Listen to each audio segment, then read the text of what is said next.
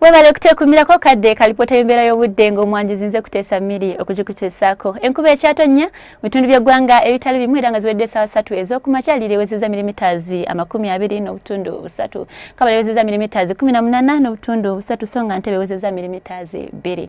Kino kiviiridde ku mukubo gw'enkuba ogukyasaasaanidde eggwanga lyaffe y'enkuba gye tufuna ennaku zino. Enkya ku makya tusuubira okuzuukukaana enkuba okutonnya mu bitundu by'eggwanga ebisinga obungi okuggyako ng'eyo mu kibuga ekikulu Kampala n'eyo mu Arua tusubira muno okuwatuka kw'eggulu.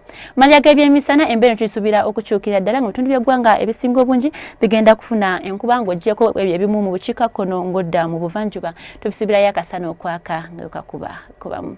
Bbugumu erya waggulu tusuubira otuuka ku degrees 28 mu bitundu ebyo ebya Kalamoja so nga ate mu kibuga ekikulu Kampala tusuubira okubeera mu degrees 27. Bw'ogendako mu nsozi ez'Ekabale tusuubira okukka okutuukira ddala ku degrees 22.